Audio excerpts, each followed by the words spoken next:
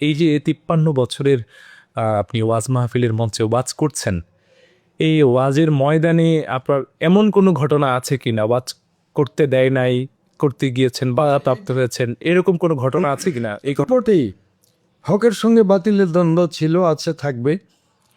যেখানে হক সেখানে না হক, যেখানে সত্য সেখানে মিথ্যা, যেখানে দিন সেখানে রাত, বিরোধী শক্তি তো একটা থাকবেই। তো আমার একটা প্রিন্সিপালিটি বাচ্চা থেকেই ছিল। আর আমার নামটাও এই জন্য আব্দুল হাকিম জিয়াদি, আমার সার্টিফিকেট নাম এটা। আমার প্রিন্সিপাল স্যার, সম্মানিত প্রিন্সিপাল স্যার হানাইল নোমানিয়া কামিল মাদ্রাসা জয়পুরহাট ডিস্ট্রিক্টের, উনি আমাকে এই নামটা দিয়েই, মানে যখন এসএসসি দাখিল পরীক্ষায় যখন আমি ফর্ম পূরণ করি তখন এই নামটা উনি সংযোজন করেছেন। এবং ঢাকা বিশ্ববিদ্যালয়ে বটতলায় অধ্যাপক আখতার হোসেন, অধ্যাপক মুস্তাফিজুর রহমান, ডক্টর মুস্তাফিজুর রহমান, তিনি ঢাকা বটতলিতে 7 মিনিট বক্তব্য দিয়েছিলাম। তো সেই পরিসরে ঢাকা ভার্সিটির অঙ্গন যেন কেঁপে উঠছিল। তখন আমি ছাত্রনেতা ছিলাম, জয়পুরহাটের, সেখান থেকে গেছিলাম, ওখান থেকে আমার নামটা আসছে।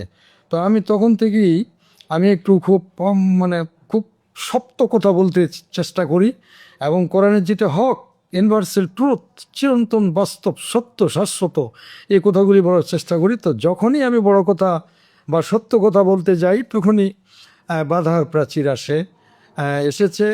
আমার উত্তর বাংলায় কম বেশি ৫৫ থেকে নিয়ে ৬৫টা তাফসির মাহফিলে ১৪৪ ধারা জারি করেছিল বিগত ফ্যাসিস্ট সরকার।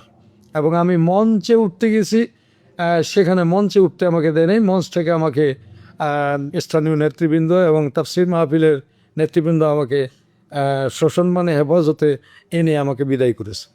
আমার এই মাহফিলগুলো নষ্ট করেছেন তারা। আমার অপরাধ শুধু একটাই, আমি মানে সত্য কথা বলি।